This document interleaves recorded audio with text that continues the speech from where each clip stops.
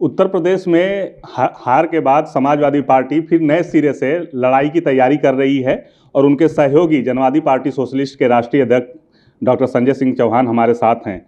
Sir, बहुत उम्मीदें थीं लेकिन उम्मीद के अनुरूप परिणाम नहीं आए हैं। अब कैसी तैयारी रहेगी आगे की? देखिए, जनता उत्तर प्रदेश की जनमत तो समाजवादी पार्टी और अखिलेश यादव जी को दिया था। ये अलग बात है कि भाजपा सत्ता का प्रयोग करके आज अपनी सरकार बनाई है और कल वो शपथ ले रही है। आने वाला जो लोकसभा का चुनाव होगा, जनता खुद छली हुई महसूस कर रही है कि सरकार तो हमने समाजवादी की बनाया, ये भाजपा कैसे सरकार बना रही है। और जनता के मन में इस चीज़ को लेकर के और आक्रोश बढ़ा है और 2024 में एक मुकम्मल जवाब, एक जैसे क्रांति की तरह उत्तर प्रदेश की जनता भाजपा को देगी और समाजवादी पार्टी के सांसदों की संख्या अप्रत्याशित रूप से बढ़ेगी। सर, चुनाव के बाद कई चीज़ें निकल करके सामने आई कि सहयोगी दलों में नाराज़गी है। ओम प्रकाश राजभर को लेकर के कहा गया कि वो अमित शाह से मिलने गए हैं। रालोद के प्रदेश अध्यक्ष ने जो आरोप लगाया और अंदर खाने ये भी बात आ रही थी कि आपकी भी कहीं ना कहीं थोड़ी बहुत नाराज़गी है। क्या है इसका सच? देखिए, हमारी कभी अखिलेश जी से नाराज़गी इसलिए नहीं रही कि मेरा कमिटमेंट उनके साथ था, नंबर ऑफ सीटों का नहीं था और हमें भाजपा की सरकार को हटाना था, भाजपा की नीतियों के खिलाफ लड़ना था और वो आज भी है और कल भी रहेगा। और जहाँ तक बात है ओम प्रकाश राजभर और अन्य जो नेता हैं, उनकी अपनी अपनी सोच है, अपनी अपनी राजनीति है। हमारी अपनी राजनीति स्पष्ट है कि हम अपनी जनवादी विचारधारा और उसके विज़न और उसके दर्शन से कोई समझौता नहीं कर सकते और भाजपा के फासीवाद और पूंजीवाद के खिलाफ मजबूती से लड़ेंगे और उत्तर प्रदेश में और देश में एकमात्र नेता अखिलेश यादव जी हैं जो भाजपा के खिलाफ मजबूती से अखिल भारतीय स्तर पर लड़ सकते हैं और हम लोग उनके साथ रह करके लड़ेंगे और निश्चित तौर पर 2024 में सफलता मिलेगी और 2027 में हम लोगों की पूर्ण बहुमत की सरकार बनेगी। सर, आप भारतीय जनता पार्टी के साथ भी रहे हैं और अब अखिलेश के साथ में हैं। क्या दोनों लोगों की नीतियों में आपको फ़र्क दिखाई पड़ता है? देखिए, भारतीय जनता पार्टी की विचारधारा में जनवाद नहीं है, समाजवाद नहीं है, पूंजीवाद, फासीवाद, सामंतवाद और जातिवाद है। हम जिस विचारधारा की राजनीति करते हैं, हम वामपंथी विचारधारा के फॉलोअर हैं। तो वैचारिक रूप से एक बार हम बीजेपी के साथ जाकर के देख लिए कि इनकी जो सोच और समझ है, देश को, यहाँ के शोषित पीड़ित उपेक्षितों के, पिछड़े और दलितों को गुलाम बनाने की जो इनकी सोच है और एक लंबी सोच पर ये जो अभियान पर निकले हुए हैं और कार्य कर रहे हैं, ये सोच कभी हम लोगों की सोच से मेल नहीं खा सकती। और हमने 2012 में गठबंधन किया, वो हमारे शुरुआती दौर थी पॉलिटिक्स का, हमारे कार्यकर्ताओं की जल्दबाजी थी और अब कभी भी भाजपा के साथ गठबंधन करने का और चलने का तो कोई सवाल ही नहीं उठता। आप 2017 के चुनाव में 22 के चुनाव में लगातार कैंपेनिंग की, आपने भीड़ देखी।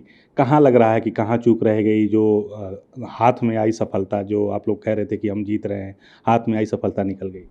देखिए, जनता हमें जिताया और जनता भाजपा के खिलाफ चुनाव लड़ी, बेरोजगार चुनाव लड़ा, किसान चुनाव लड़ा भाजपा के खिलाफ, पिछड़ा दलित लड़ा भाजपा के खिलाफ और जनमत समाजवादी पार्टी को दिया था। भाजपा अपने शासन तंत्र का दुरुपयोग करके जनमत को चुराया और समाजवादी पार्टी को की सत्ता को आने से बेदखल किया। तो निश्चित तौर पर हम हर आकलन में ये आता है कि हम लोग अपने मिशन में पूरी तरह से सफल रहे हैं कि भाजपा के खिलाफ भाजपा की सीटें कम किया, भाजपा के खिलाफ हमने अपने वोट के परसेंटेज को बढ़ाया। तो मतलब कि जनता भाजपा के खिलाफ है। भाजपा अपने साम दाम दंड भेद, पैसे रुपए और अपने शासन तंत्र के दुरुपयोग से सरकार बनाने में कामयाब हुई। तो आप 2024 की तैयारियां अभी से शुरू कर रहे हैं, आप लोग सब लोग मिलकर के ही साथ लड़ेंगे या कुछ अलग लड़ने की भी तैयारी है? नहीं, मैं 2024 में भी अखिलेश यादव जी के साथ रहूँगा और हम लोग मिल कर के चुनाव लड़ेंगे अखिलेश यादव जी के साथ। और पूरा उत्तर प्रदेश और बिहार में हम अपने लोकसभा के चुनाव की तैयारी के लिए हम अपने साथियों के साथ लगे हैं। हम तो कल ही हम अपने बिहार के सब प्रदेश अध्यक्ष को और प्रमुख पदाधिकारियों को बुलाए, कार्यक्रम भी तय किए। जल्दी हम लोग उत्तर प्रदेश की अप्रैल के फर्स्ट वीक में मीटिंग बुला करके हम लोग कार्यक्रमों की शुरुआत कर देंगे और मुकम्मल रूप से 2024 में एक मजबूत संगठन खड़ा करके भाजपा की मुखालफत करेंगे। 2022 की तरह सिर्फ समर्थन रहेगा बिना शर्त की सीटों को भी लेकर के? देखिए, 2022 के चुनाव में हमारी पार्टी के अंदर इलेक्शन कमीशन ने डिस्प्यूट घोषित कर दिया था, इसलिए हमारे पास सिंबल नहीं रह गया था। लेकिन आने वाले समय में हम अपने पार्टी के सिंबल पर चुनाव लड़ेंगे और गठबंधन से चुनाव लड़ेंगे। तो आप खास करके देखा जाता है कि पूर्वांचल में प्रभाव है और आपका, और वहाँ पर सफलता तो मिली है गठबंधन को। पश्चिमी यूपी में कहाँ चूक रह जाती है, क्योंकि 2019 के लोकसभा में देखने को मिला और 2022 के विधानसभा में भी यही हाल हुआ। गठबंधन को सफलता पूर्वांचल में मिलती है, पश्चिम में कहाँ चूक हो जाती है? देखिए, पश्चिम में कहीं न कहीं भाजपा जो हिंदू और मुसलमान के बीच सेंटिमेंट पैदा करने में अपना पूरा फोकस करती है, उसमें वो कुछ हद तक काफ़ी सफल हो गई। तीसरी बात कि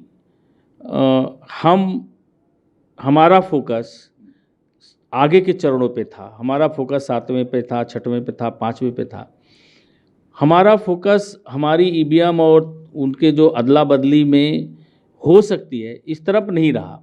और मैं इस बात को बखूबी जानता हूँ कि ईवीएम चुनाव में लड़ा हूँ और कैसे ईवीएम बदली जाती है, और ये काम करने में कहीं न कहीं बीजेपी पश्चिम में कामयाब हो गई, क्योंकि उस दौरान हमारे पार्टी के कार्यकर्ता और हमारे नेता इस तरफ फोकस नहीं किए, सजग नहीं थे।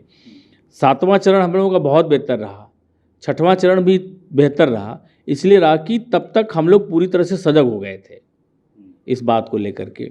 और 100% ईवीएम बदली जाती हैं। मैं भी लोकसभा का चुनाव लड़ा हूँ और मैं देखा कि ईवीएम कैसे बदली जाती है। जो ईवीएम एक्स्ट्रा रखी जाती हैं, 400 बूथ हैं तो 40 ईवीएम एक्स्ट्रा रखी जाती हैं कि किसी बूथ पर कहीं कोई प्रॉब्लम आए तो तुरंत वहाँ का सेक्टर प्रभारी जो सेक्टर मजिस्ट्रेट उस ईवीएम को ले जाकर के उस बूथ पे लगा दे। तो वोट जब पड़ जाता है और ईवीएम जब बूथ से स्ट्रांग रूम में आती है तो जो एक्स्ट्रा ईवीएम होती हैं उन्हीं ईवीएमों में पीठासीन अधिकारियों से किस बूथ पर कितना वोट पड़ा हुआ है उससे पूछ करके इन ईवीएमों में सेट करके पीठासीन अधिकारी जो ईवीएम लेकर के आता है उसके जगह पर ये जो एक्स्ट्रा रखी हुई ईवीएम है वो जमा कर दी जाती हैं। और ये जिसकी सरकार रहती है वो इस काम को करता है। और बीजेपी के पास न तो संवैधानिक मूल्य की चिंता है, न लोकतांत्रिक मूल्य की चिंता है, न उनके पास नैतिक मूल्य की चिंता है। वे सिर्फ और सिर्फ सरकार बनाना चाहते हैं। इसके लिए चाहे देश का संविधान बचे, लोकतंत्र बचे या नैतिक रूप से लोग मुझे गलत कहें, इसकी परवाह नहीं करती है और ये ऐसा करती है। तो 2019 में भी वही देखने को मिला था, अंतिम समय में जो है आप लोग ईवीएम बचाते रहे, 2022 में भी वही। क्या 2024 में आप लोग पहले से सजग रहेंगे, उसके लिए कोई अलग? तो देखिए, ईवीएम के द्वारा जो खेल कर चुकी है बीजेपी, लगभग क्या क्या खेल हो सकता है सारी चीज़ें लोगों को पता चल गई है। तो निश्चित तौर पर 24 में सब लोग सजग रहेंगे। और हम तो चाहते हैं कि ईवीएम के खिलाफ देश की आवाम, क्योंकि अब लोकतंत्र को बचाना होगा तो हर आवाम को खुद खड़ा होना पड़ेगा, क्योंकि बीजेपी किसी भी हालत में लोकतंत्र को कमज़ोर करना चाहती है। क्योंकि पूंजीवाद की एक विशेष खासियत होती है कि वो अपने को सुरक्षित ही तभी महसूस करता है जब देश में डेमोक्रेसी कमज़ोर हो, ब्यूरोक्रेसी मजबूत हो, वो अपने को सुरक्षित महसूस करता है। तो पूंजीवादी व्यवस्था में लोकतंत्र को कमज़ोर करना बीजेपी की अपनी एक प्लानिंग है।